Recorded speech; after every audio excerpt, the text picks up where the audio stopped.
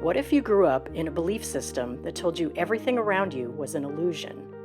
What if you were told everything that happened to you, from being sick to stubbing a toe to being bullied at school, was your fault for not knowing the truth? What if you were denied even the most basic health care, from pain pills to checkups to vaccinations? How do you unravel yourself from this belief system? And what happens when you do? My name is Hillary Alexander, and this is Leaving Christian Science.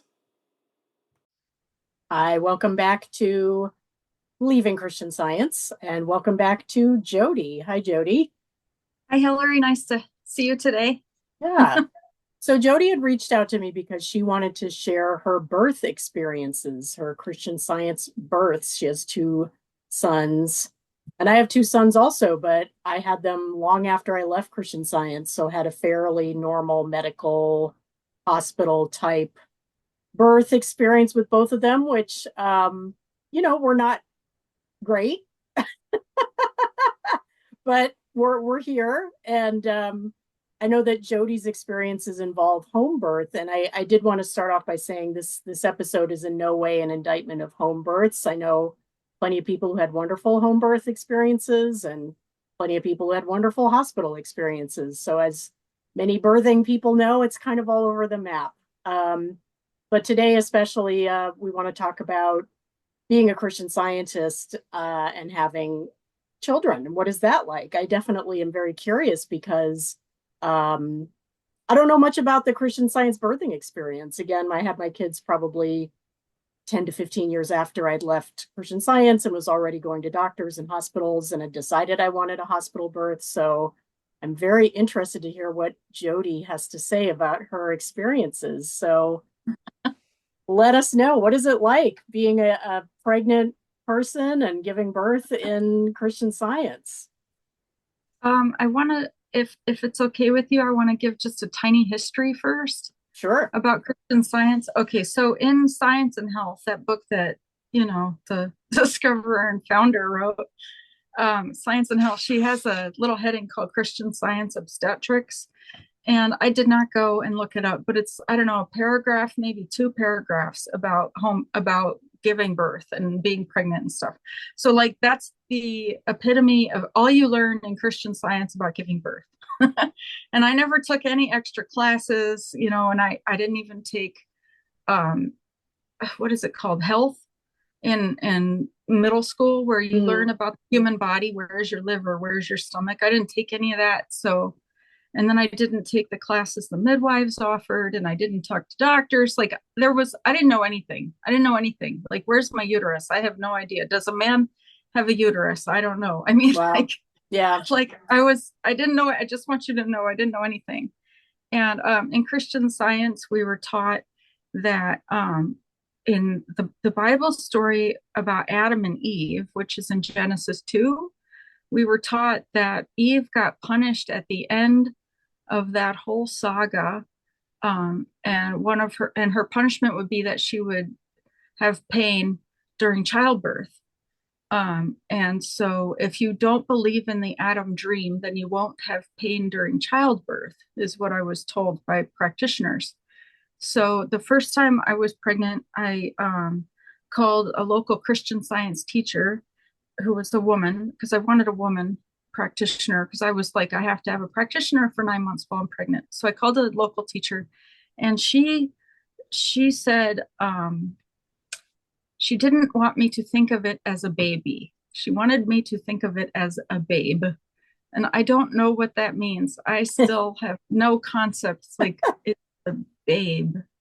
Like, is that Christ? Like, I have no idea what that is, but that was really important to her. And I dropped her pretty quickly after that, because I'm like, we really aren't a match. So then I called a different Christian Science practitioner to pray for that pregnancy. And my second practitioner for my second pregnancy, I called a man, because I knew him better at that point. I was okay with a man, but the first time I wanted a woman. So I just wanted to share that. Okay.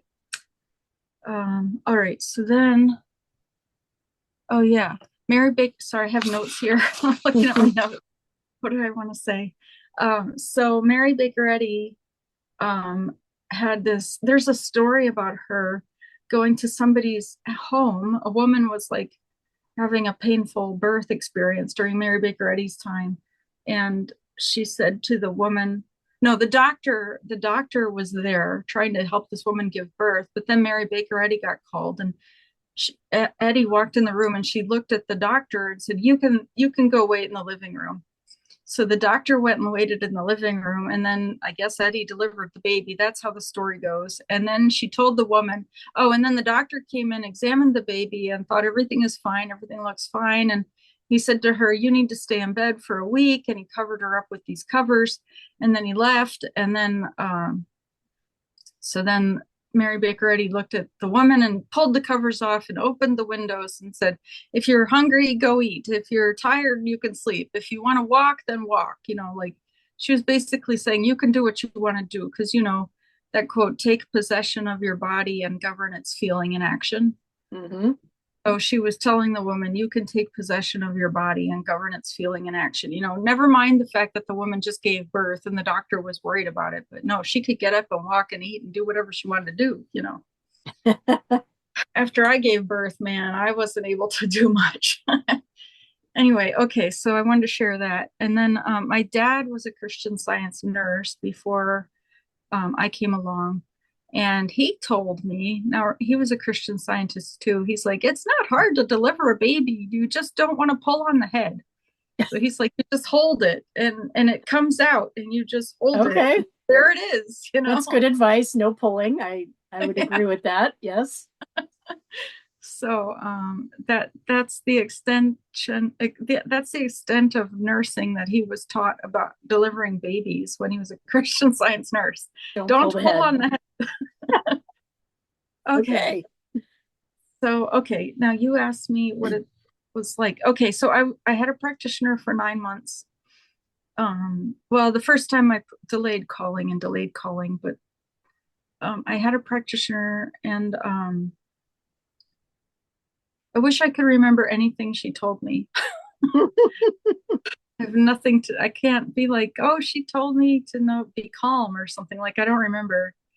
So I went through in the Maryland, Virginia, DC area. There was at the time, I believe it's still active, there was a place called Birth Care. And Birth Care is an authorized midwifery practice. They're in Alexandria, Virginia, and they deliver babies all over Maryland, Virginia, and DC. And it's legal. And each midwife is a certified nurse midwife. And they've delivered, I mean, hundreds and hundreds, maybe thousands of babies. And this practice has been going since at least the 80s.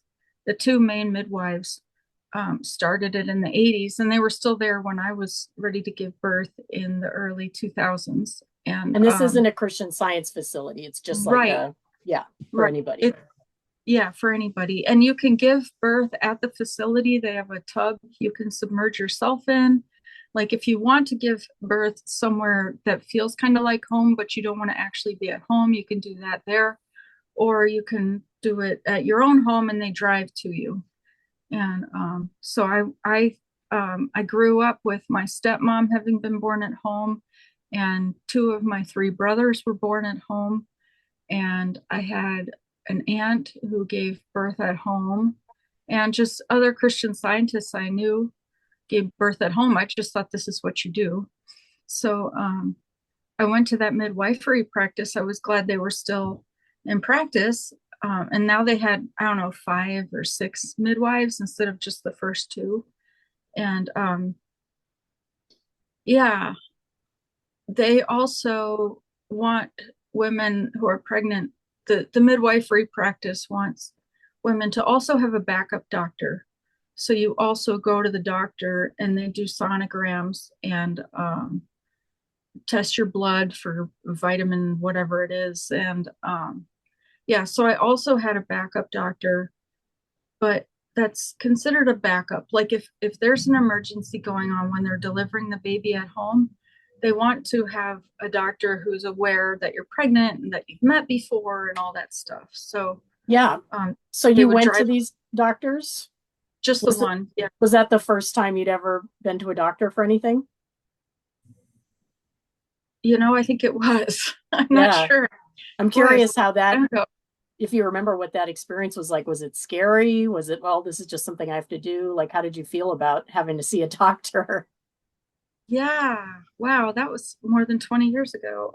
Okay, so I don't remember that particular visit that well, but I do know that it took me a good 10 years after leaving Christian Science, well, maybe 5 years after leaving Christian Science to be comfortable in doctors' offices. Like I was a nervous wreck and always scared I'd contract something, but then, you're guarding your thought and saying, I can't contract it unless I think about it. So don't think about it. Like it's a mess in your head. And Yeah. I had so much anxiety. I remember with my early doctor visits just being full of anxiety because I'm sick and I wasn't taught you're still a good person when you're sick, Hmm. you know? So, like, when you're sick, it's your own fault. And it basically means you're a sinner. You've had the wrong thoughts and now you're sick and we're going to punish you. I mean, Yeah. like, that's crippling. Yeah. You It's debil- failed in some way. You're less yeah, than. Yeah. it's debilitating to deal with these things. So I'm sure I was in panic mode sitting at the doctor's. And I do remember one thing about him was the doctor, they gave me a list. They're like, here are 11 different doctors and pick one. So I found one that came with our insurance, was, local enough for me. And I went there and I was like, hello, I'm Jodi. And then the doctor asked me this list of questions and talks and examines me and whatever, basic. But then I just remembered it was a woman. It was a woman doctor. And she just started berating the idea of having a baby at home. Like, this is a terrible idea and it's not safe. And she's talking me out, like, she's trying very hard to talk me out of going to birth care. And remember, my brothers were born with this practice. I know other Christian scientists, and I know their babies growing up. These people were born with this set of midwives. So, like, I'm comfortable with the midwives. This is my normal. And there's this doctor I'm already uncomfortable at telling me you shouldn't do this. So I went back to the midwives after the appointment. I'm like, by the way, she doesn't seem very pro home birth. And they were like, what? What happened? So I told them, and they were like, we need to cross her off the list. Yeah. Oh, yeah, that was Talk about interesting. adding more stress to you, you know? Yeah, yeah, yeah. I haven't thought about that in a long time. But anyway, so then let's see. I'm going down my list here. Okay. So I knew another Christian scientist who gave birth to her older daughter at home. And I never knew her when she was, just married, pregnant, having kids or whatever. But for her second child, I know that her second child she was going to have at home. And this story I know because we knew the lady at the time.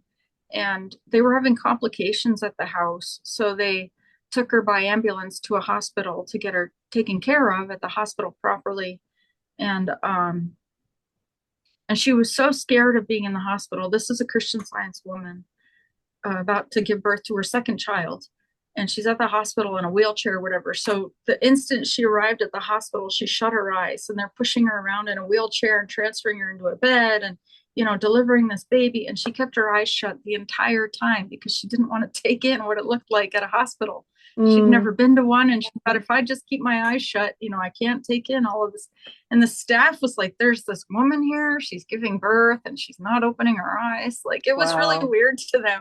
I Yeah. mean, can you just imagine? Like, It's so uh, funny you tell that story because not to say this is necessarily related, but when you said the thing of shutting their eyes, when I had my second son and I was in the hospital and by choice in the hospital, um, towards the end of the delivery, I had my eyes like glued shut. And I don't know if it was just because I was like focusing, like it wasn't like I was intentionally trying to shut out what was happening, I don't think. But one of the little birth stories that I always remember and I tell my son is as he was coming out, I had a midwife there also assisting, and she said, Hillary, open your eyes. Your son is being born. Because I was going to miss the whole thing because I was just like, my eyes were oh, just crammed shut. She was like, open your eyes. Your son is coming wow. out. I think my eyes were shut too. Yeah. I don't remember seeing my son come out either. Now that you mention it, Yeah. And maybe I that's I like a can't help but normal wonder thing. a little bit if that was part of our training to just kind of dissociate and go somewhere else, Yeah. you know, Yeah.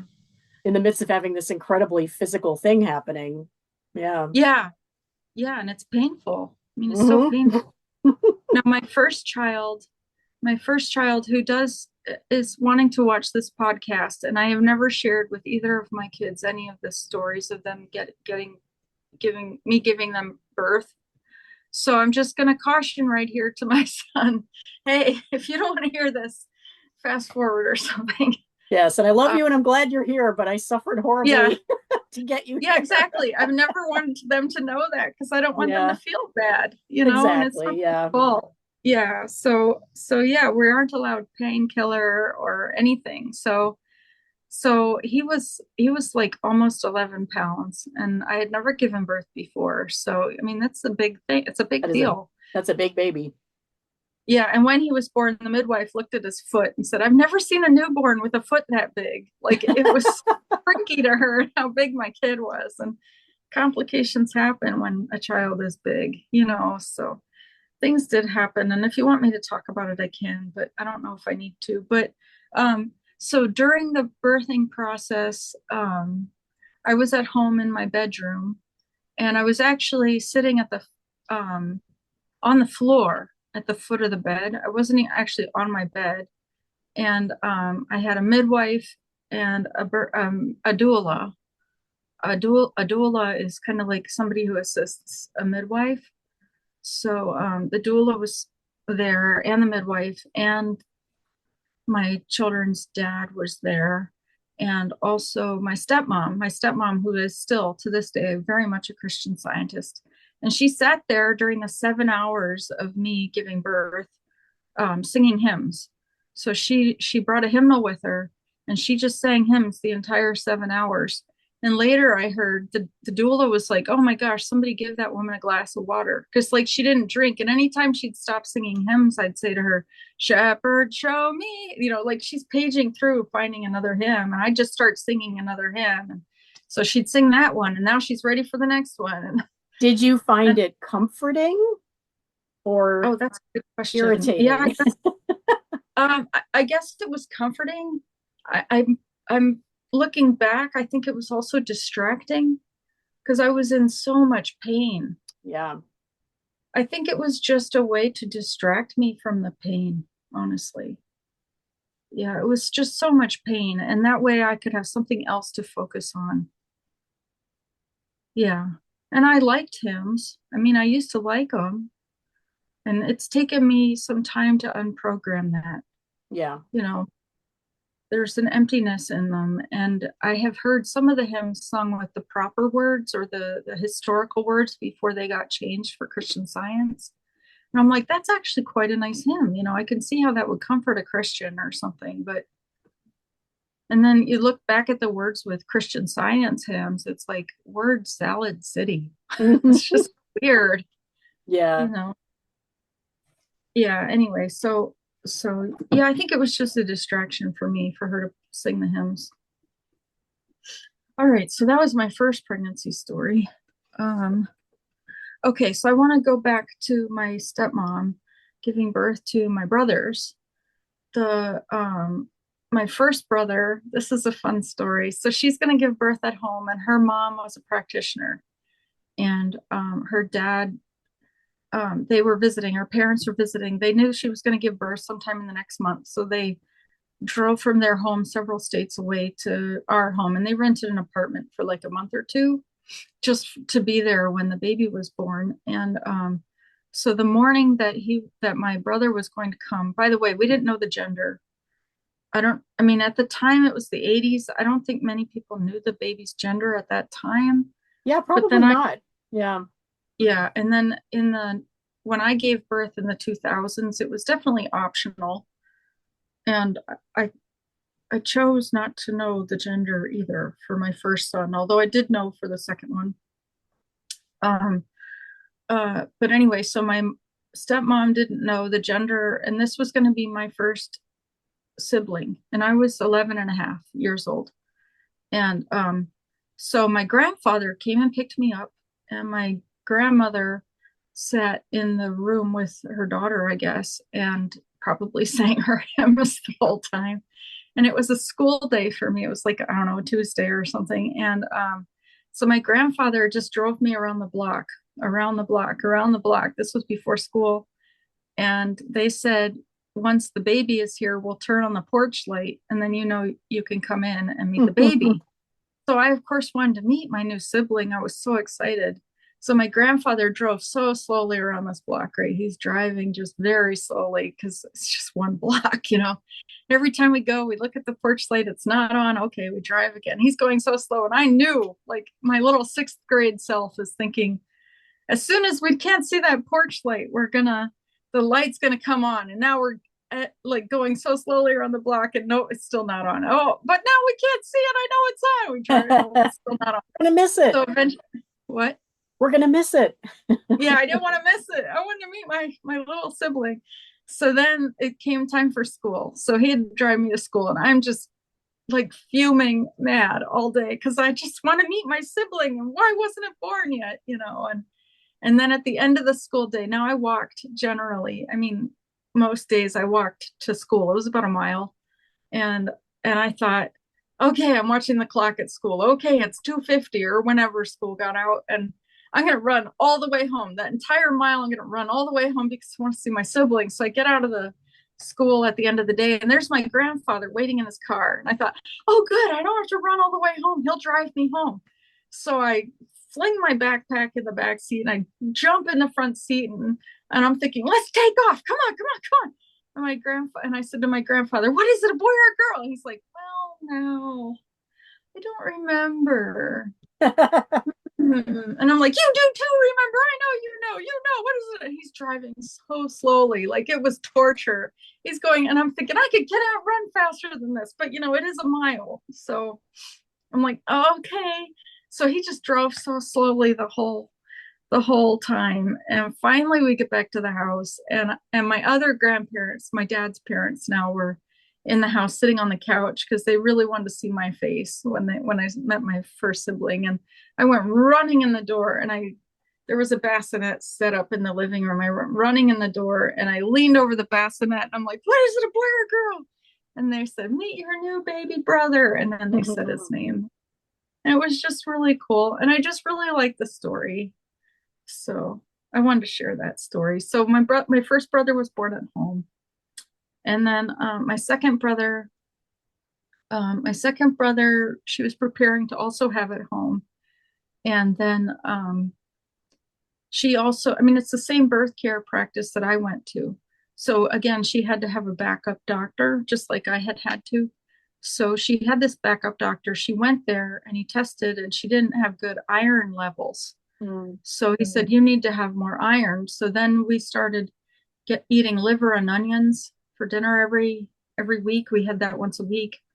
And then she started eating Total cereal, because Total cereal has 100% iron in it. That's right. Yeah. And if she did anything else, I don't know what she did, but she did that. And then after that, she felt obligated because she had talked to the doctor and he had diagnosed her with something. She felt obligated to go to the hospital instead of the midwife to give birth, even though her iron levels like normalized, and she could have had a home birth, but she felt obligated. So she went to the hospital to give birth to my second brother.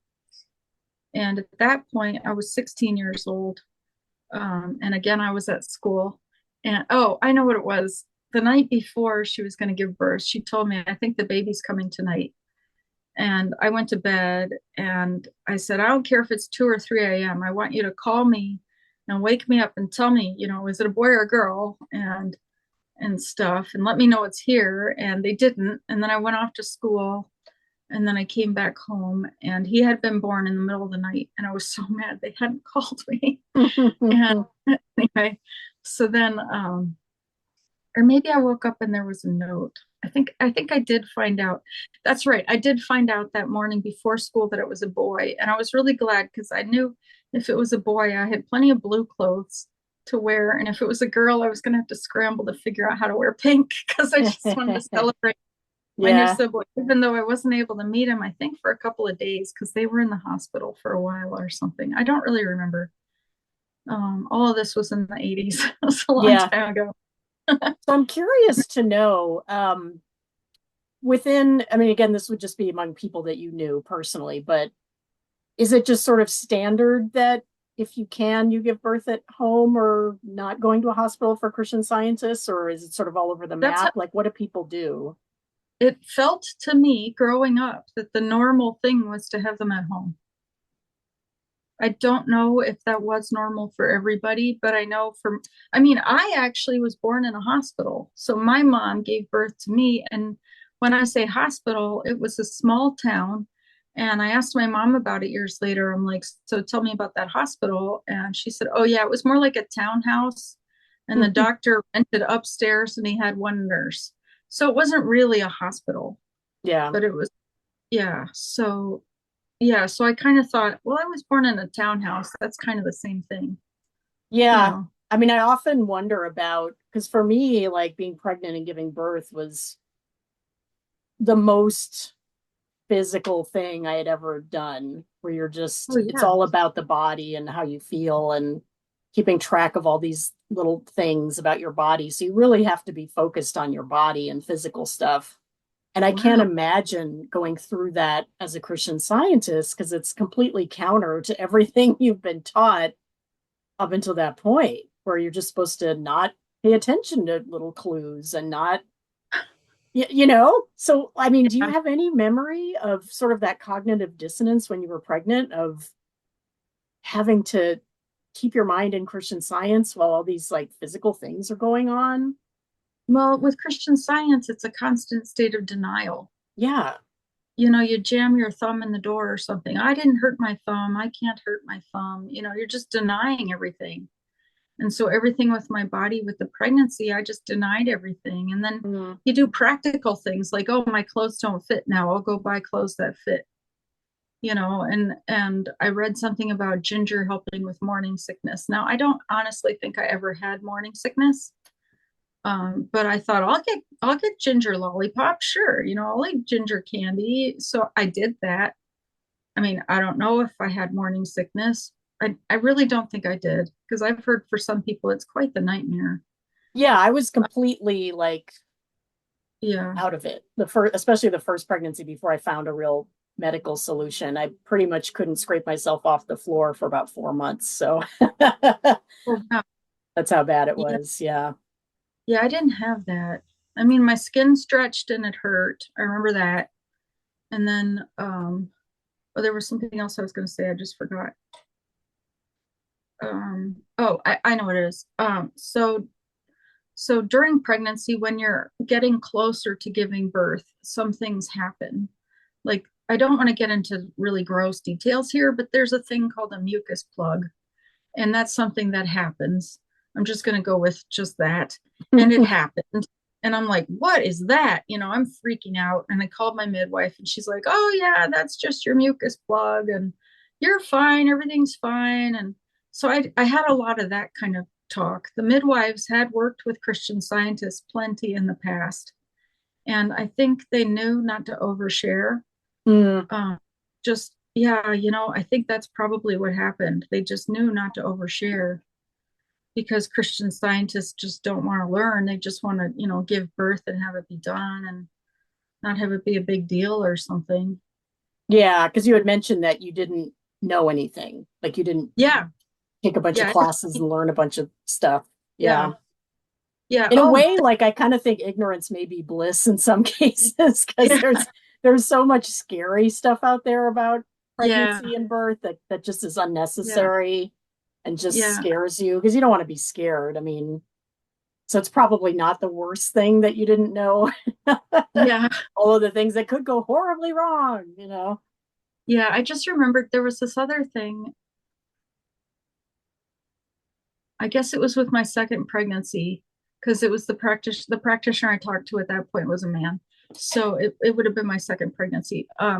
I started bleeding during my second pregnancy and I noticed it. You know, you go to the bathroom, you notice these things. It's like, oh, look at that. And so I called my practitioner. He didn't answer the phone. I called my midwife because I didn't know what to do. And she's like, oh, well, if you're seeing blood, you should get to the hospital. And I'm like, oh, okay. So then I hung up with her, and then my practitioner called me back, and I told him what was going on. And I said, I called the midwife when you didn't answer, and she said I should go to the hospital. And he said, well, I guess if that's what she said, then you should probably do that then. So then I went to the hospital, and there were several other big emergencies going on at that point in the hospital. And a couple of people had been shot. So they're like dealing with this emergency. And mine seemed like a much quieter emergency. I'm not screaming. I'm not, you know. And so they put me in a hallway because they didn't have any rooms. So I'm just sitting in this hallway. And um, yeah, so I took my Bible lesson. At this point in time now, we had the full, what is it, the full lesson? You know how it's all printed out and in a pamphlet kind of thing? Mm. You know, and I also took my books. I took my prose works, my science and health, and my Bible because I didn't know what I would want to read when I got there. So I opened up my Bible lesson and I started reading about Jesus, and the woman who was bleeding. Actually, it was in the lesson Mm. that week, you know, Oh, because of wow. course it was. So I thought I'm going to read this in the Bible. So I closed the full text Bible lesson and then I opened the same story in the actual Bible and I'm reading it. And I just thought, how much faith did this woman have? Because the story is that Jesus is in a crowd of people, and there's people like thronging him and going around him and touching him and being, oh, master. And it's overwhelming. And this one woman who is considered unclean in the Jewish faith because she's on her period or whatever. So she's bleeding, but she's been bleeding for, I think it's 18 years. So, Mm. like, she never had relief from this long, long period. And so she's reaching out and touching this holy man, which is considered really, really disgusting in the Jewish faith because blood is just really a taboo. And the fact that she's even out in public just says she's a disgusting person. Like she's supposed to be hidden at home, right? Right. So she's about to reach out and touch just the hem of his garment. She's like, if I just touch the hem of his garment, I will be okay. And she reaches out and she touches it. And he says, he realizes virtue has gone out of me. This is how the story goes. Hmm. And so he looks around, he says, who touched me? And his disciples are like, oh my gosh, you're such an idiot moron. You've got like 800 people thronging you. You're going, who touched me? He says, no, no, somebody touched me, virtue went out of me. And then the woman comes forth and says, I did it. And he tells her, you're healed. And he sends her on her way and she doesn't bleed anymore. She's good to go. And so that's the story. So I'm reading it in the Bible in this hallway. And I have like very low light in the hallway.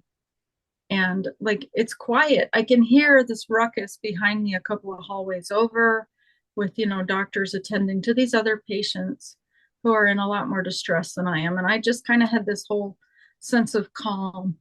And I actually felt, now this is one of those stories that makes you stay in Christian Science, but I have a really good imagination, by the way.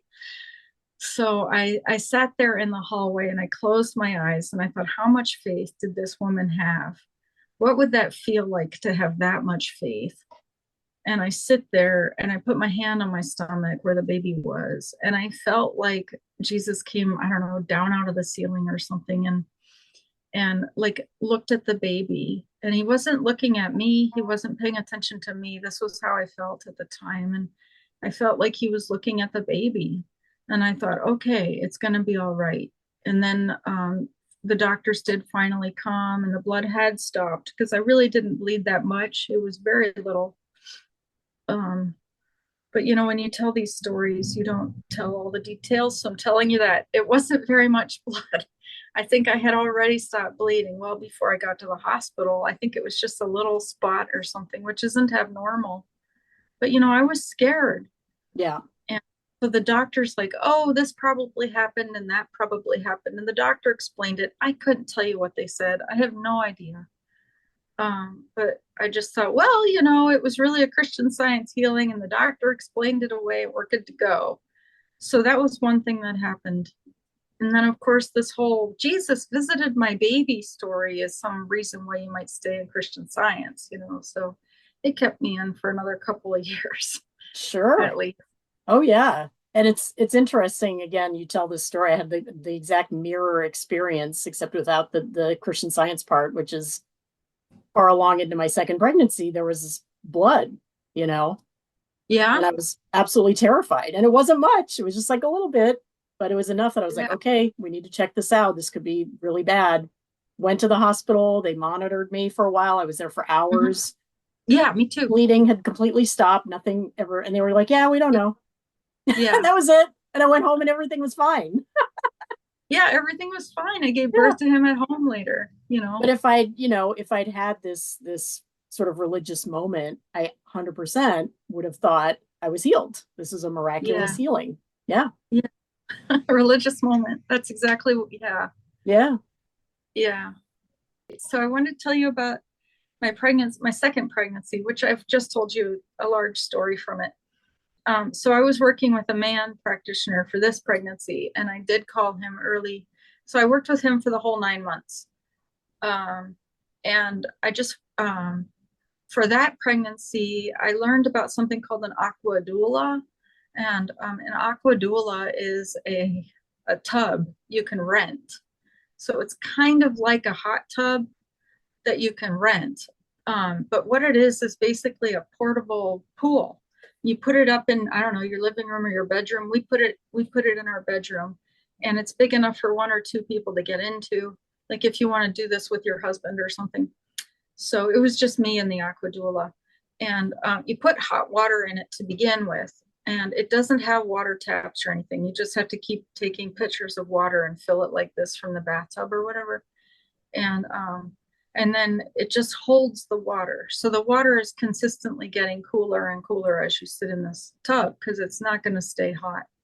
So anyway, every now and then the midwife would or my person doula, the doula would go and get a teapot, a tea kettle of hot water and boil it and then pour it somewhere in the tub to warm up the water again. So I was laboring in the tub. Now, there are people who give birth uh, underwater, I guess, where you just give birth and the baby comes out under the water, and then Hmm. that's a thing people do. Yeah. I My have friends that did that. Yeah.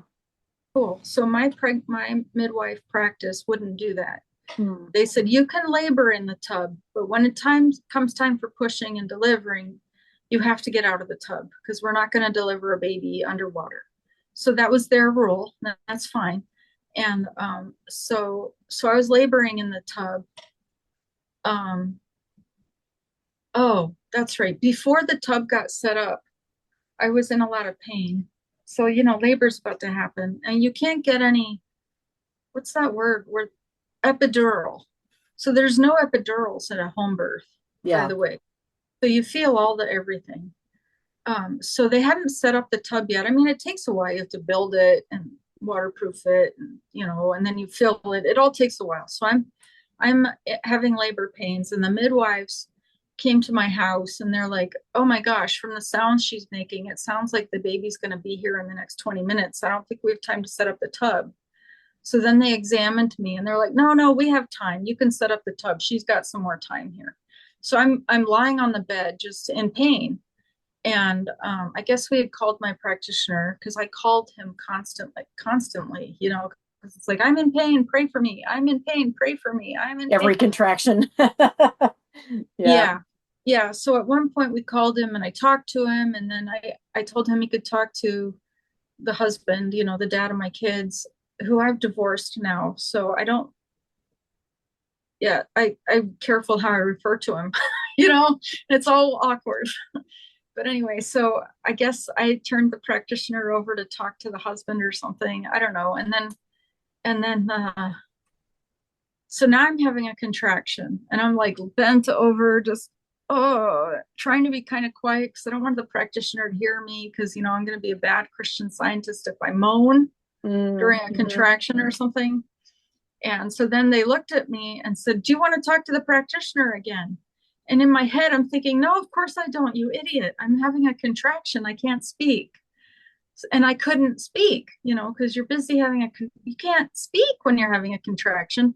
So he put the phone down by me, and I really want to scream at this point because, I'm in a lot of pain. So I took the phone and I threw it across the room because I didn't know how to answer this stupid question. Do Yeah. you want to talk to the practitioner right now? It's like, no, I don't. So, and then I thought, great. So then I just thought, I'm sure I thought very much nicer thoughts than this, but like, frack it. I'm just going to scream or moan or whatever noise that needed to come out of me at that moment, even though the phone was still connected to the practitioner. Now it's across the room. So anyway, but I want to say that having that aqua doula was so helpful for me. Just a little mini advertisement for the aqua doula. Just having the water there, being in the water was fine and dandy.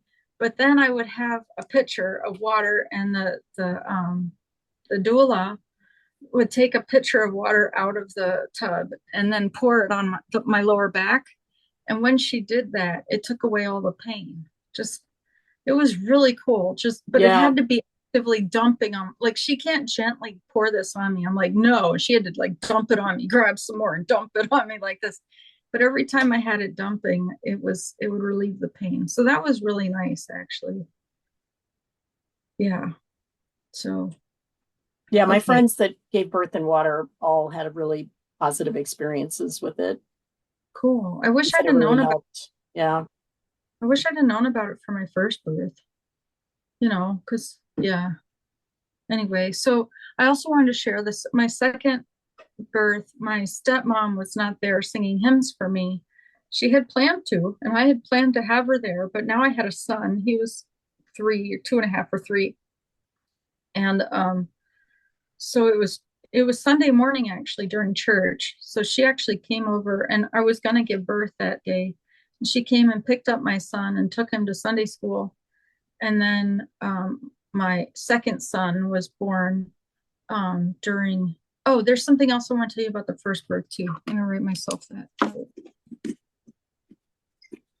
Um, so she had my second son or my first son at Sunday school, and after church was over, we called the church and asked to talk to my stepmom, and said the baby's here. You and son number one can come home and meet the baby, right?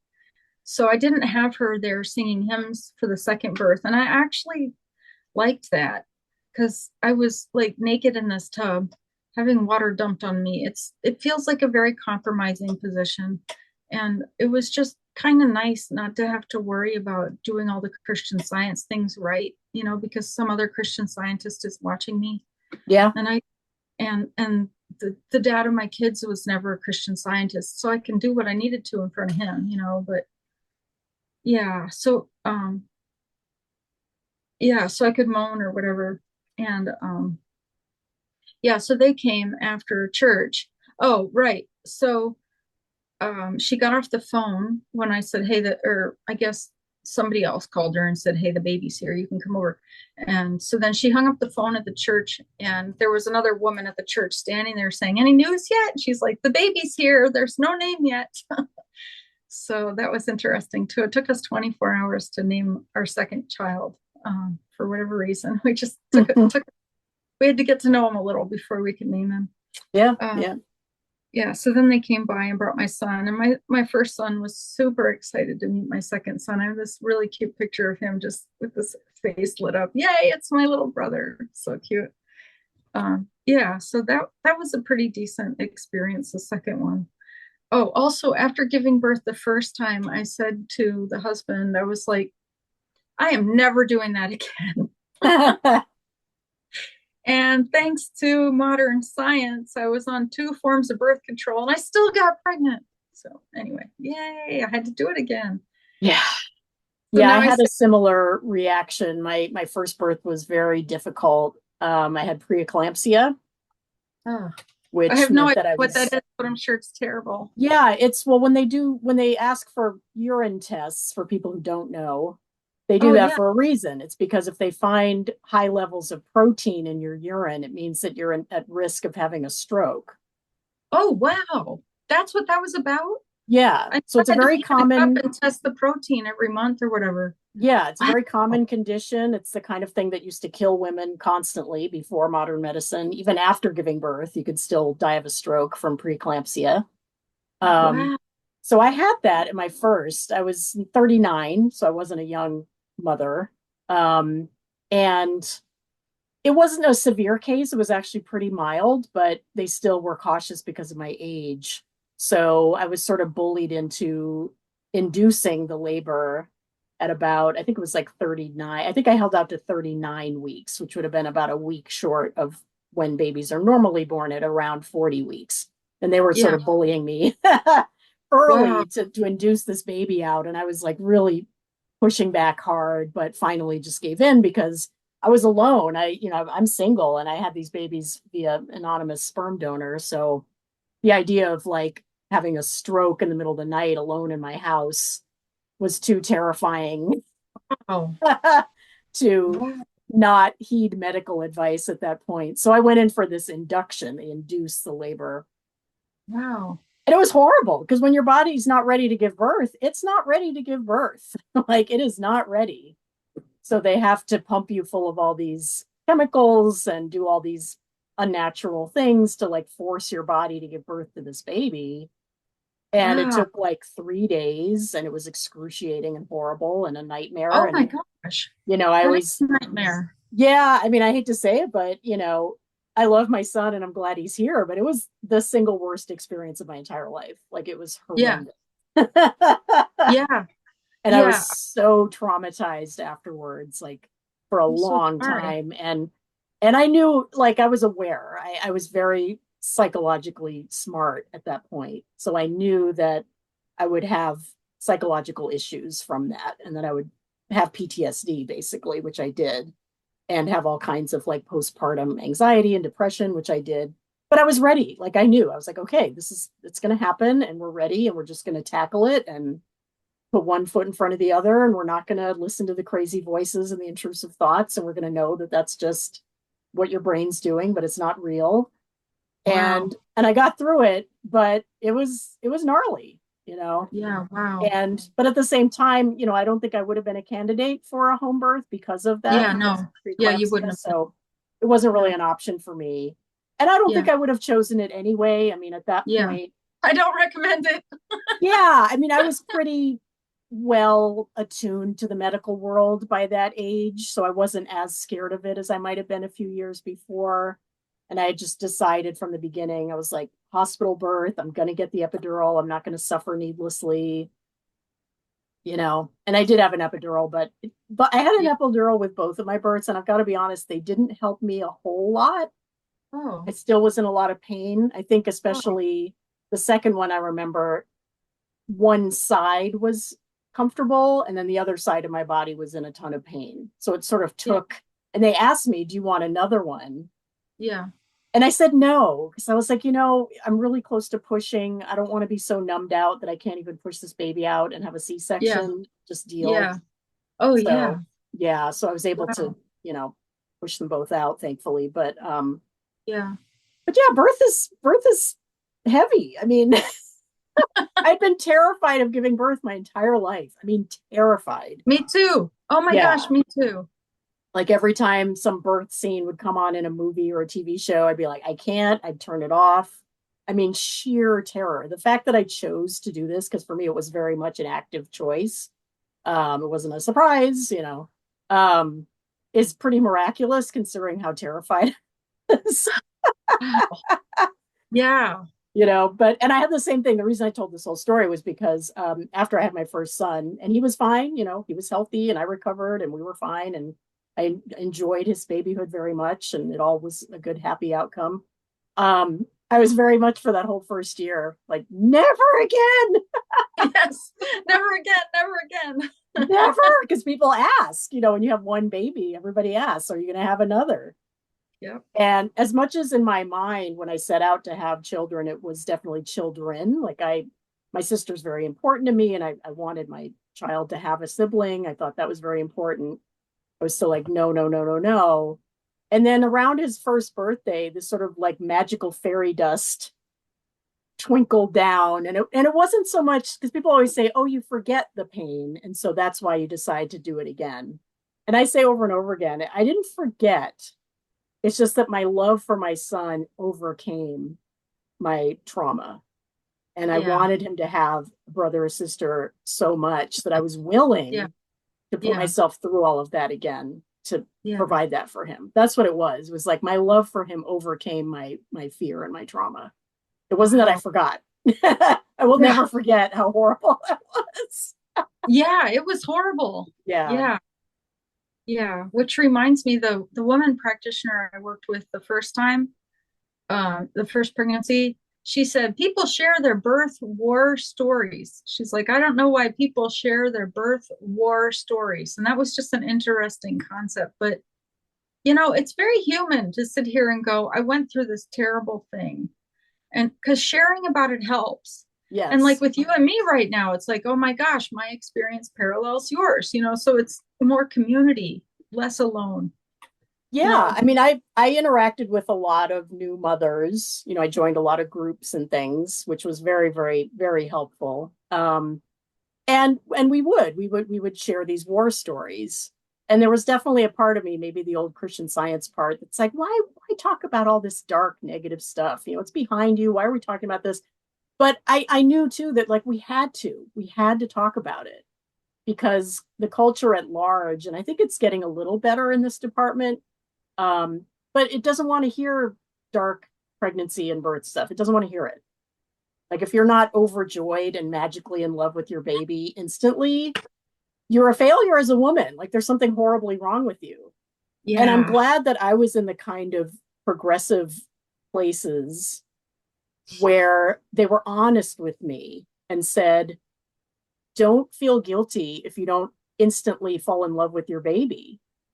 that's Don't feel cool. guilty if you have a hard time bonding. Don't feel guilty if you feel sad and depressed and regretful, even. And I'm not going to Yeah, say I didn't feel regretful, but I definitely had a lot of big feelings. There was a lot of tears.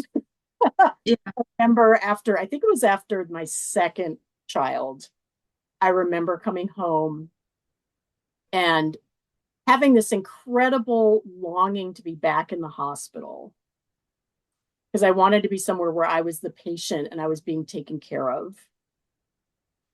You know, yeah, I wanted that again, just for a minute. I wanted to be the one that was being taken care of instead of being yeah, the caretaker, yeah, and that passed. I mean, that was just a momentary hormonal sad, but I remember feeling this intense grief for not having that anymore and having to now step into the shoes of being the caretaker.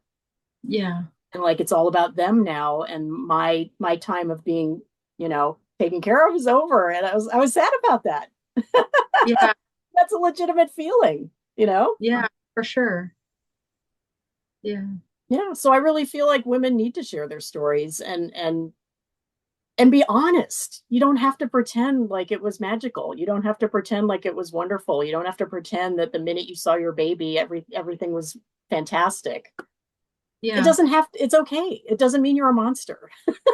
Because I So know that, women that didn't have the right information slash encouragement around them who really would later confess to me that they thought they were a monster because the first like 2 to 3 months of their baby's life, they just weren't there and they just couldn't connect with this child, especially if there's trouble breastfeeding or if they have a colicky baby, things like that, to make everything like way worse. I get it. I mean, my first baby, I feel like I just went into business mode, which is what I do.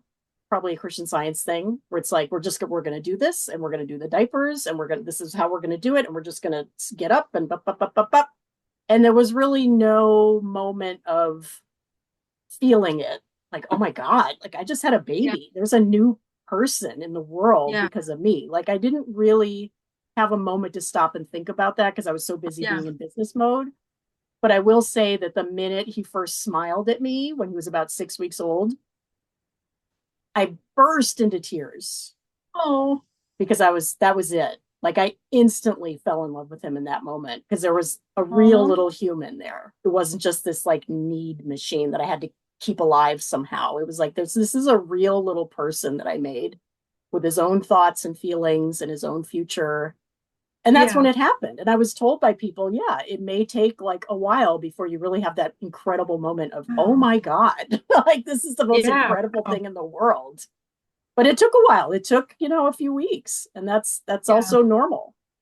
I mean, did you feel like you had an instant connection with your boys? Did it take a while? How was that for you? So my first pregnancy, I was I was a family entertainer. I entertained families with yo-yos or with bubbles on stages, and I'd spin plates and play violin. And I did all kinds of fun things. So I went to a conference, and I'm pregnant. I was actually quite pregnant. I think I was 6 months pregnant at this point, and and I had had a miserable pregnancy. I mean, that's another thing I never wanted my sons to know. But I mean, I hated being pregnant. I hated it. Mm, It was not me. That did not suit me at all. And I was uncomfortable, and I gained about 100 pounds. And just because I didn't even think, my body shouldn't be gaining this much weight. And the midwives didn't tell me you shouldn't gain that much weight. Like nobody told me to slow down because, you ignore your body, you do whatever. And I thought, well, I'm eating for two. I can eat for two now, so I yeah, a did. lot of women do that. Yeah. Yeah. And I am still being punished for that, honestly. My body is still not able to really recover from the fact that I did that, but nobody warned me. So brainwashed in Christian Science, I didn't even know I should have a warning. And like I wasn't talking to other women, you don't like I had no pregnant community to go talk to or anything. I did everything in the dark. Yeah. Anyway, so yeah, so I'm at this convention for kinetic performers. It's kind of like a clown convention, but most of us aren't clowns. And like there's the guy who does balloon sculptures, and then there's the woman who does comedy routines, and she wears costumes. It's hilarious. And then there's the juggler. I mean, it was like or the unicycler or whatever. So we're all at this convention just learning from these really great teachers. And there was a Broadway dancer there as one of I think it was his class. So he gave a workshop that I went to where he had us moving our body. And remember, I'm a Christian Scientist. So he had us all team up. So we all had a partner, and you were supposed to take the person and shake their arm, just pull their arm. And you're just like getting them awake in their body, pull their other arm and pull their leg. And so the person, like me in this case, I'd be lying down, and I'm very pregnant. And so my partner's, she's this beautiful mime. I love her. Yeah. So I had a very gentle, kind woman doing this with me. And so she's pulling my leg and pulling my other leg. And you're supposed to see when you're pulling the one leg that the opposite arm over there is wiggling because you're like pulling a straight line through their body. And Hmm. it was just kind of cool. And she's trying to pull on me, and she's like, it's hard to get you to move your arm because you've got this big bag of water in the middle, and she's like, oh, there, I got it, and I just lay on the floor after they'd done this manipulation by this teacher. And that was the first moment. And I told it that night at the gathering. That was the first moment I really felt like in touch with the child inside me. It was like Mm, I feel connected to this baby for the first time ever. And I'm really glad I had that experience because I was so upset about the fact that I was upset about being pregnant. And it was like this little strange thing is inside me. It's an alien. I don't know how to connect to it. And then I had this really beautiful moment at that convention where, I mean, honestly, somebody was manipulating my body, my physical, real human body. Yeah, it was actually a really nice moment. So after that, I felt connected to him. And then after he was born, you're supposed to put them right on the breast so that they can learn how to latch. And he didn't latch for breastfeeding. It took a month for him to learn how to latch. And it was a very painful, another horrible experience for me. So I pumped, I felt like a cow, and then we'd feed him a bottle. And we did finally get a latch after a month. But that was also just your nipples hurt. I mean, just like everything hurt. And yeah. then you're trying to use as few remedies as possible. and so I did get some lanolin, which is Hmm. kind of like greasy wax that you warm it up. I figured it out all by myself. You had to warm it up a little because once it got warmer, then you could put it on. Because otherwise, if you just put it on cold, it's like putting a candle on your face. I mean, it's not gonna really do anything. But yeah. So I also want to share when that same son was born. So as I said, he was really big. He was also just really long, and he just kept coming out and coming out and coming out and coming out. And yeah, I think I had my eyes closed because I was exhausted. I was so exhausted, and he's coming out, and the babies come out upside down, which I didn't know. It's another thing I learned in the process. They come out upside down, and he wasn't breathing. Now we're at home in my bedroom, sitting on the floor at the base of my bed, and he's face down and he's not breathing. And the midwife and the doula, they know what to do. And I'm exhausted. I had no idea. Was it a boy or a girl? I didn't care. I was just glad they saw his feet and the baby was out. And they really didn't make a big deal to each other that he wasn't breathing. So I wasn't aware really of what was going on. I was probably delirious, honestly. And my stepmom is sitting there now. She's just been singing hymns for 7 hours, right? And she's sitting over my shoulder looking down, and she sees this whole baby here. The baby's face down, and we didn't know the gender. She's like, nobody cares. Like Jodi's not saying what's the gender, and the husband isn't going, what's the gender? And the midwife and the doula are like trying to put this. They brought a baby oxygen tank, and they will take the baby to the hospital by ambulance if need be, but they have some remedies to do at home. So they have this baby oxygen tank with a baby mask, and they're trying to induce him to start breathing, and they did get him to start breathing, but it took, according to my stepmom, it took quite a while. And she's like, nobody's even curious what the gender of the baby is. Like, that really struck her as so odd, because they're like trying to make him breathe and he's still upside down. So that was just this interesting perspective too. Yeah, our obsession with people's gender. Yeah, yeah, So serious. important. Yeah, I look forward to the day when people can just come home and be like, "Mom, Dad, this is my partner," and like the gender doesn't matter. Yeah, And people go, "You better treat my child nicely," and like that's all they're concerned about. yeah, That I look exactly. forward to that day. Yeah. So you You obsessed. mentioned the thing about how babies are born face down. Here's a little apocryphal story from my birth. So supposedly, my mother had just quote unquote found Christian Science when she was pregnant with me. So I don't think she was Okay. like a really strong Christian Scientist by the time I was born. I was born in a hospital. It was a Seventh-day Adventist hospital, if that makes any difference. But she claims she went there because they had vegetarian food, which good enough reason. Um, Okay. so apparently I was face up and this was some kind of problem. And I guess she prayed and or called a practitioner. And at the last minute, I flipped over and was born regularly and healthy and all this stuff. Oh, because you would have been breech. You're No, talking. No, just no. just just upside down. So like feet in the Okay. normal position, head first, Okay. but just like facing up. So Wow. my whole life, this was one of these Christian Science stories where she had this miraculous healing, and I flipped at the last minute and was born, and everything was great. Come to have my children, who were also facing up, at least the second one. I don't Yeah. know what happened with the first one, to be honest, because I was too out of it. But Yeah. the second one was also facing up and also flipped at the last minute. And like I didn't pray for that to happen. It just happened because that's what babies do sometimes. Yeah. They have to rotate to come out of the canal. Like they Yeah, have he to. just sort of, and so it's like, yeah, it wasn't a healing. It was just what babies do sometimes. And even I don't even think if he hadn't, it would have been that big of a deal. You know, it's just sort of like more ideal if they're not facing up, but if they aren't, it's like no big deal. So after that, I kind of felt like, well, so much for that miraculous healing of how I flipped at the last minute.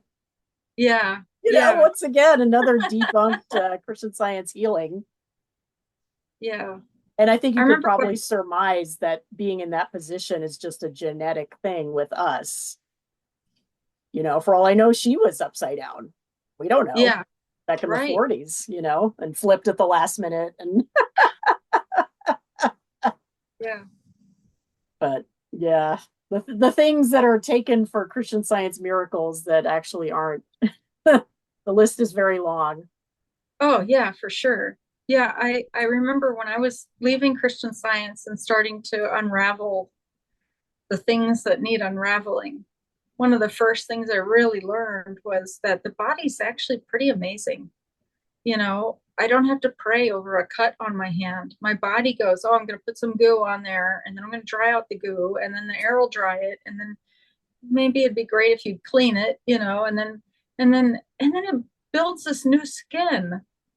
Like that's pretty darn amazing. Yeah, And then there's other things the body does all the time, like it knows to breathe, or it knows to pump your heart, or it knows to grow fingernails, or like our bodies are pretty doggone amazing, and they can heal so many things without any interference. I mean, yeah, do some nice basic care, like bathe or clean it or whatever, or cover it if you need to. But that's none of that is Christian Science. It's just amazing biology of our bodies. And I wish I knew more about our bodies. Like there's so much I don't know. yeah, You know, I'd like and to it's know because it is so miraculous, yeah, you and know. fascinating. Yeah, Yes, it really is. yeah. I remember when I Yeah. when I had my first, which again was a very traumatic experience, and so I was just covered in tubes and needles, and I mean, just every part of my body had something taped on. And so when I finally got back Wow. from the hospital, and my son was in the NICU for a little bit because I had spiked a fever at one point, so they wanted to check him and make sure he was okay. So I went home without Wow. the baby.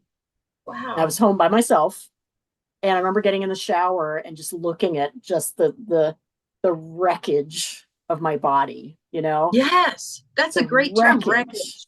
Yeah, And because I I have wreckage too. and I remember just thinking, and I was so angry that I had had preeclampsia and that I'd had to go through that instead of just having like a normal, you go into labor and you have the baby. Not that it would have necessarily been like that, but I was so mad that my body had sort of failed me and that I had been broken in some way. And I was taking a Yeah. shower and I was looking at all these sticker marks. And I just told myself, you know what? Your body's amazing. It just carried and made a human and birthed it. You need to say thank you. Yeah. So I did. I thanked my body. I said, you know what? You did a good job. Thank you for doing that. And that Yeah. was the beginning of getting past that shame and that probably old Christian sciencey stuff of like, oh, I failed. I didn't, Yeah. it wasn't perfect. It wasn't miraculous. I wasn't joyful. Therefore, I failed. Yeah.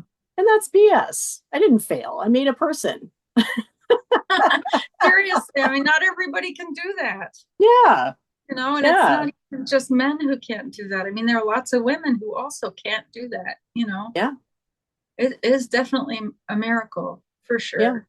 And about how miraculous our bodies are. I mean, your body's really just like blown apart when you give birth, just blown apart.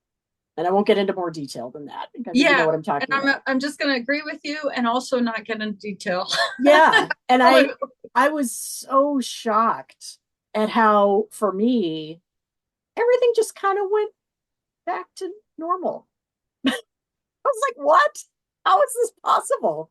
Because again, I wasn't young. I mean, I was really close to 40. And I thought well, this is just how my body's going to be. Like, it's never going to be back to where it was before. And I'm not going to say it was 100% back to where it was before. But a lot of things that I thought would never be normal again, everything just kind of healed itself and That's amazing. Good for just you. went Yay, back. Hillary's body. I was like, what? Okay.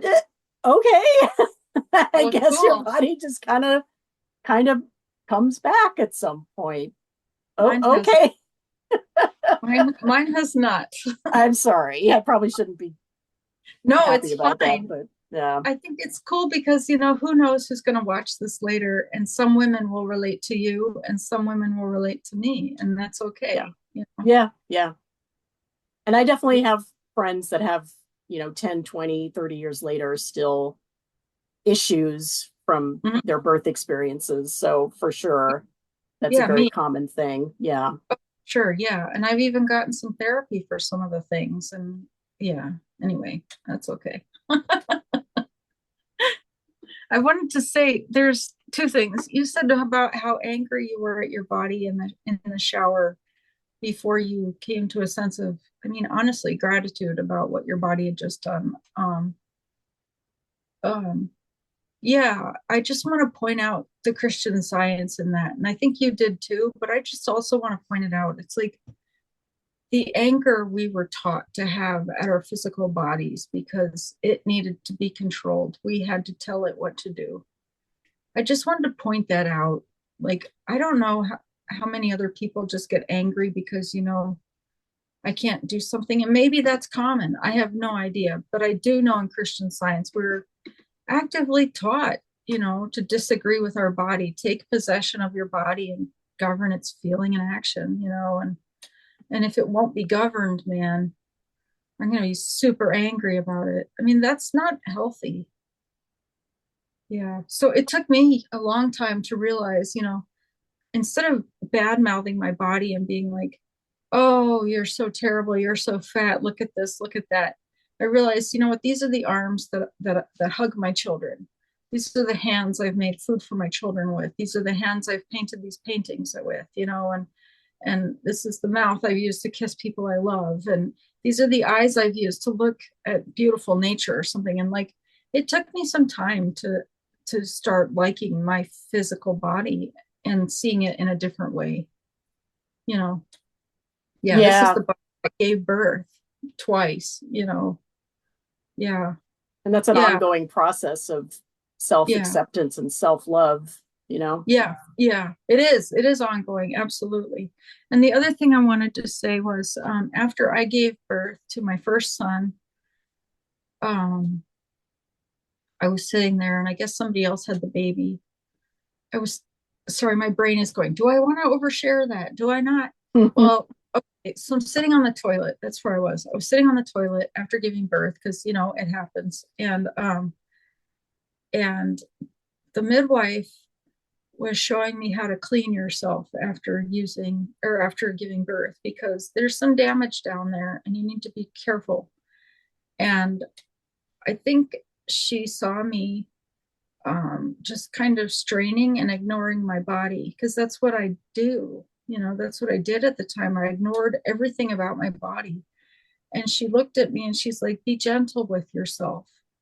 You need to be gentle with yourself for at least 3 days. And nobody had ever told me that. Nobody had ever said to me, treat your body with kindness. And that was a groundbreaking thing that like echoed through my head.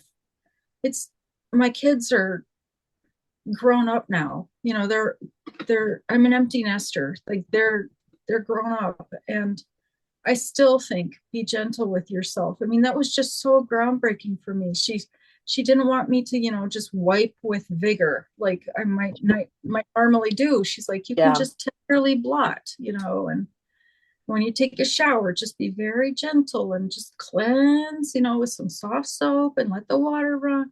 And it felt really loving. It felt really, really loving for her to be like, treat your body kindly. I mean, I'd just been through a bodily war, you know. Yeah, I didn't need to continue the war or the tirade on this poor body that was now going to spend years to recover. So yeah, Yeah. I wanted to The, share that. the same tenderness that we're able to conjure for our children, we can have some of that too. Yes. Yeah, absolutely. Yeah. Yeah. Yeah, one thing that somebody said, and they may not have said this to me directly, this might have just been something I got off social media. I freely admit I do not remember where this came from, but one of the things that's stuck in my head that's kind of similar is the mother in you will be slow to emerge. And I found that very helpful because being this perfectionist ex-Christian Scientist, I was very scared of not being this perfect mother instantly Yeah. and knowing Wow. exactly what to do in every circumstance and having all the answers and knowing all the little tricks and tips. And it's such a learning curve having a baby and a toddler and I mean and a kid. I mean, it never ends, you know. But that was something that I recited to myself often to be gentle with myself, that the act of becoming a mother after having not been a mother, for me, for 40 years, I had not been a mother. So I had a lot to learn about this whole new life, Yeah. um, will happen slowly. Yeah. And it's okay. You're going to make mistakes. You're going to make the wrong call. You're going to not know what to do and need help. And you're not just expected to be this expert instantly. It's okay. That sounds so nice. I wish somebody had told me that. Yeah. Yeah. I wish I could remember who this was, but it's still in my head now. I mean, I've That's got cool. tween and early teen boys, and it's Yeah. still in my head that the mother in you will emerge, is slow to emerge. Yeah. I was in my 30s when I gave birth also. Yeah. So I remember, I mean, my stepmom, still this Christian Scientist. I mean, she told me this is how you need to be a mother. And there was a lot of how to be controlling in the Mm, advice she gave me. And it's because, we're expecting perfection. And yeah, and I tried doing it her way at the beginning of being a mom because she's been a school teacher, she knows stuff, she's read books, and she's a Christian Scientist, so I should just follow her advice. She knows a lot more than I do about being a mom, and after a while I realized this high control method doesn't work for me as a person. And I sat down, I had a conversation with my kids, and I was like, you guys don't like it when I yell at you. And they're like, no. mhm, We're little. My boys were little at the time. And I said, I don't like to yell at you either. Let's come to an understanding so I don't have to do that. And they were like, okay. So we sat down and talked about it. I said, I'm never going to ask you to do anything unreasonable. If I want you to take your dishes into the kitchen sink, that's not an unreasonable thing to ask, or hey, it's time to get dressed, you need to get to school in 20 minutes. Like, that's not an unreasonable thing to ask. I'm not going to ask you anything unreasonable.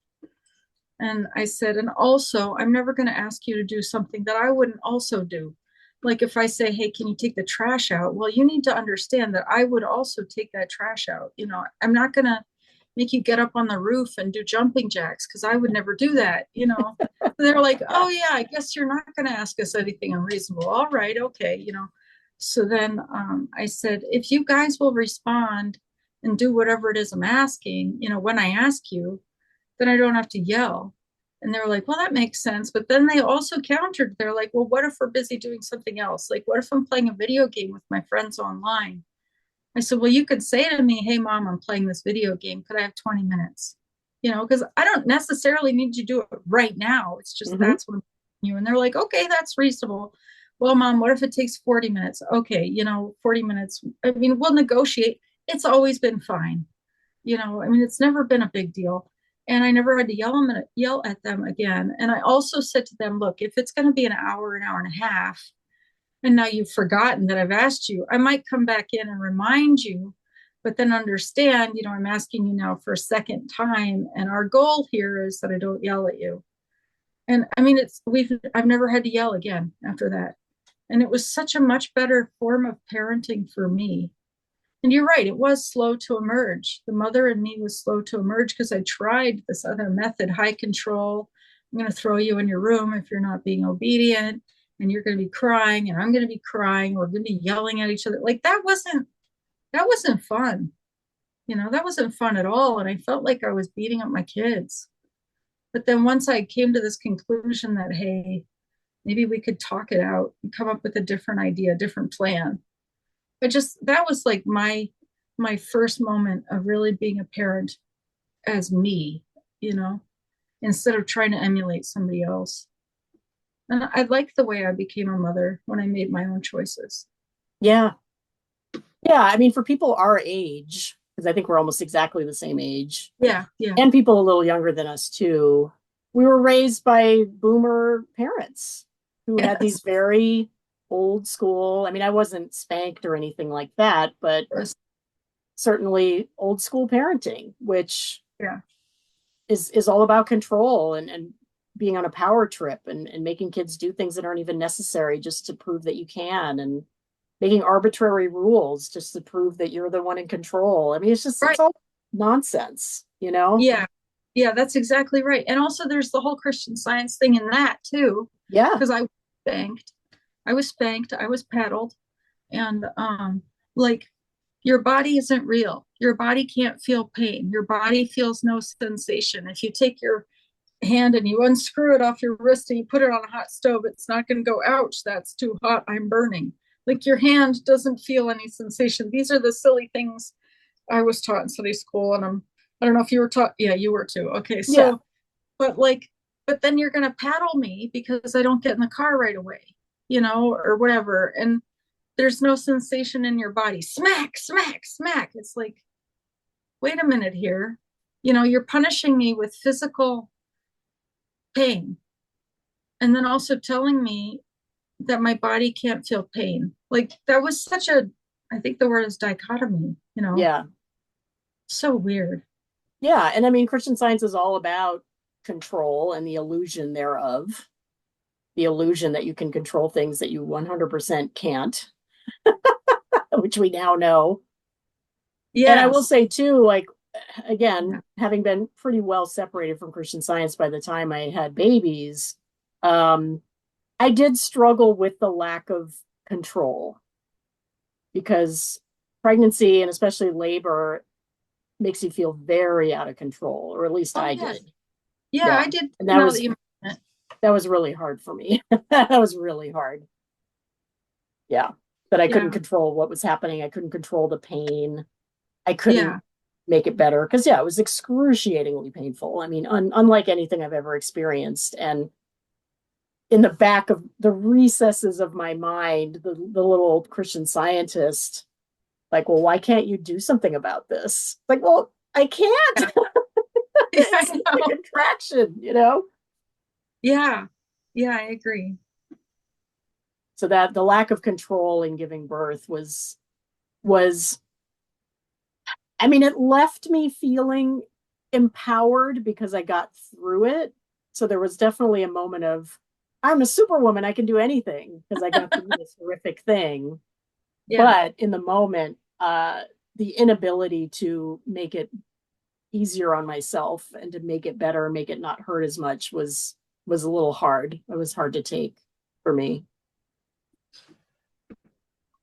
I remember earlier in the conversation, you said something about being pregnant and how you hadn't wanted to be and you were scared of giving birth.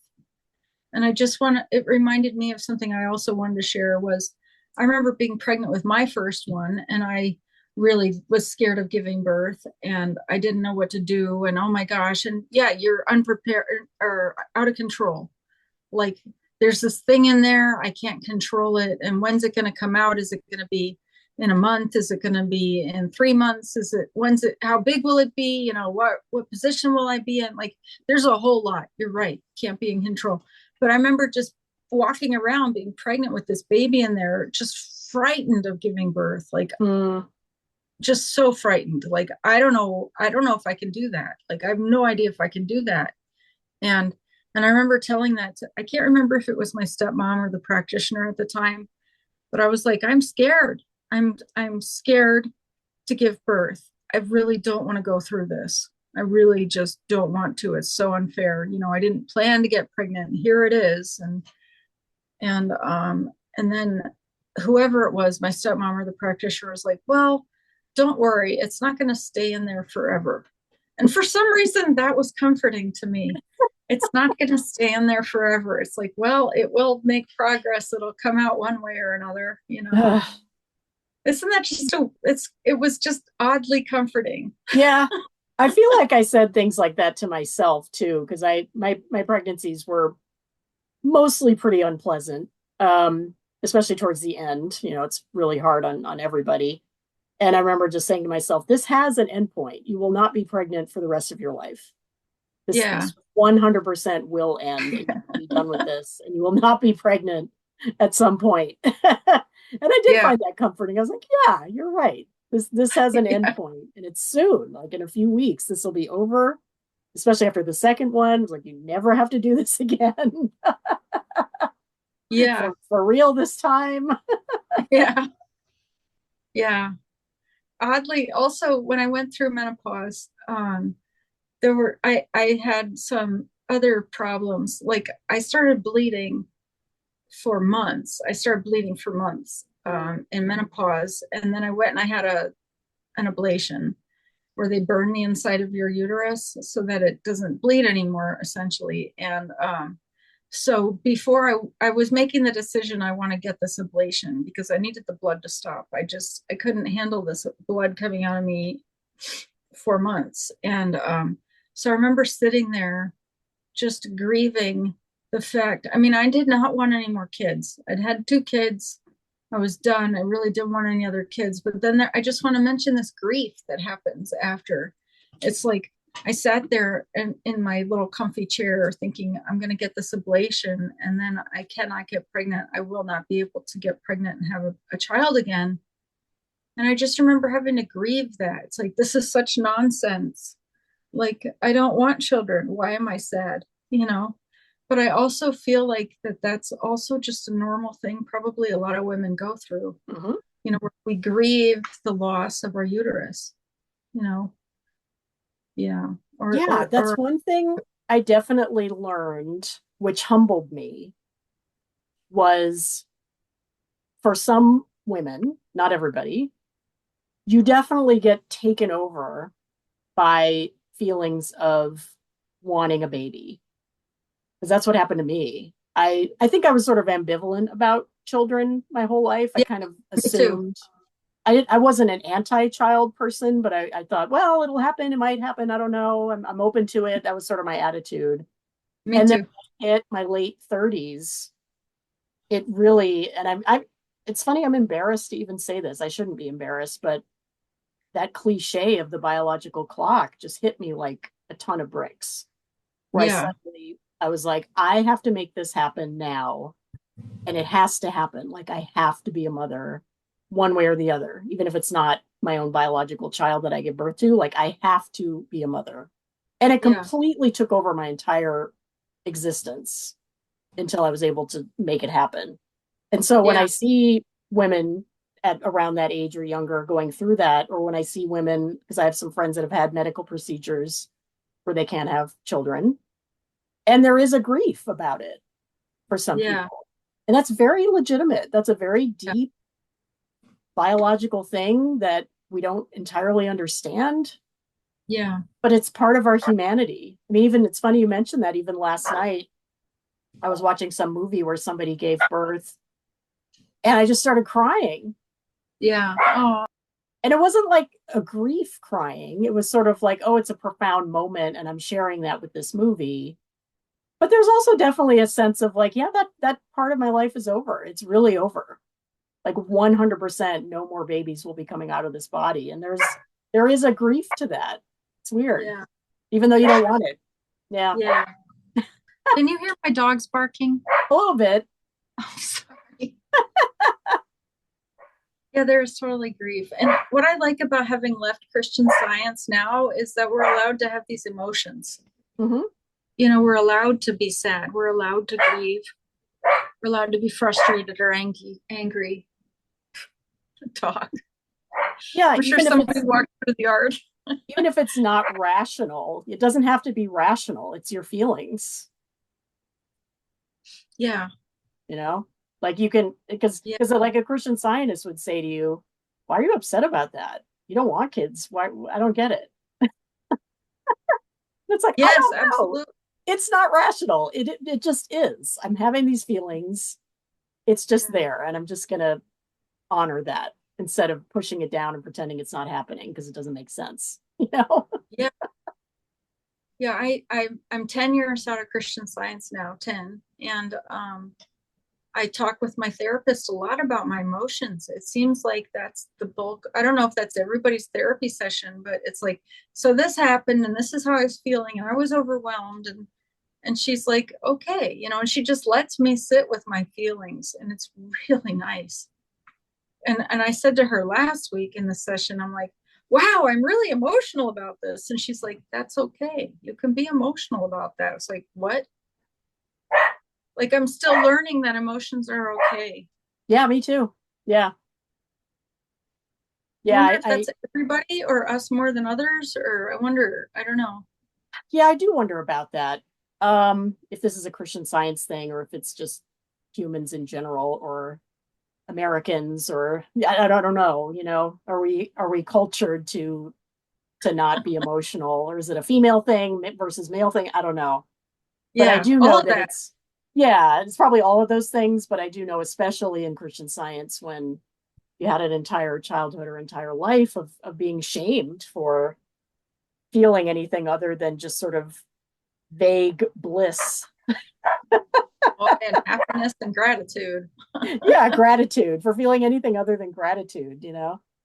Yeah, But yeah, that and thing of Christian. having these biological urges that didn't make sense was new to me. That was a new experience of having I this had like that. overwhelming thing where I Yeah, was like, well, why? Why? This is going to ruin my life. yeah.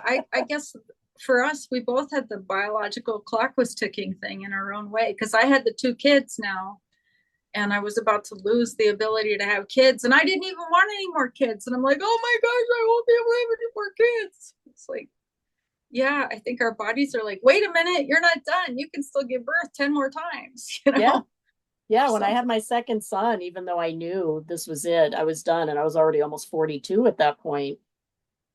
When I brought him home from the hospital, I remember looking at him in his little crib and I remember this little voice being like, you can do it one more time. Come on. Let's do one Yeah, more. yeah. Come on, you can do it. I was like, no. That's probably, from the Bible, like go forward and multiply. Yeah. Like Yeah. we have that is genetically in us as a DNA thing. It is. It's a biological urge, and you can either go with it or not. But obviously, I mean, I know you're very grateful for your kids, and I'm very grateful for Oh yeah, mine. I'm glad yeah. I went through all of that. It was really hard, but I did it somehow, survived, kept my sanity, and just like you, really tried to forge a whole new way of relating to children that is based on mutual respect and having a happy household where people aren't crying and being punished and being hit and Yeah. you know Oh gosh, totally. Everything you just said, ditto. yeah. Yeah, because again, my mother, she was a pretty liberal parent. Like she wasn't old school in the sense of meting out punishments and things like that. That wasn't really part of my childhood. But I think the reason it wasn't was because I just obeyed her constantly. I was too afraid to disobey. Yeah, I know So, that well. and I don't want Absolutely. my kids to be afraid of me. I don't want them to Right. fear my Yeah. wrath. I mean, that's not good either, even though it was never manifested into any actual action. Certainly the fear of her that I had was very intense and Oh, probably not necessary. yeah, I had that from I was afraid of my grandmother, and I was afraid of my stepmom, and my biological mom wasn't in my life really, so I don't know that I was afraid of her. I was a bit, but not like the other two.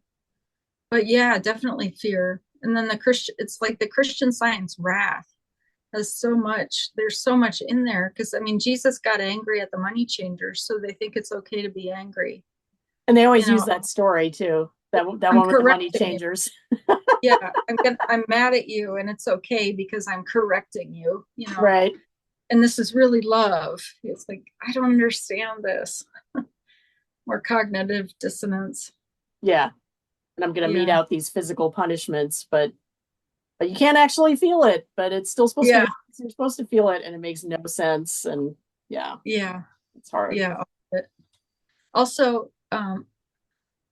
regarding being not wanting your kids to be afraid of you, I really wanted my kids to feel like home was safe. Hmm. That was like my biggest priority. I just wanted, like, they can go out and be on the streets and hanging out with bullies, and school is scary and I don't know what. But when they come home, I want them to feel safe and loved. So I worked really hard just to have a nice home where they could come and feel safe.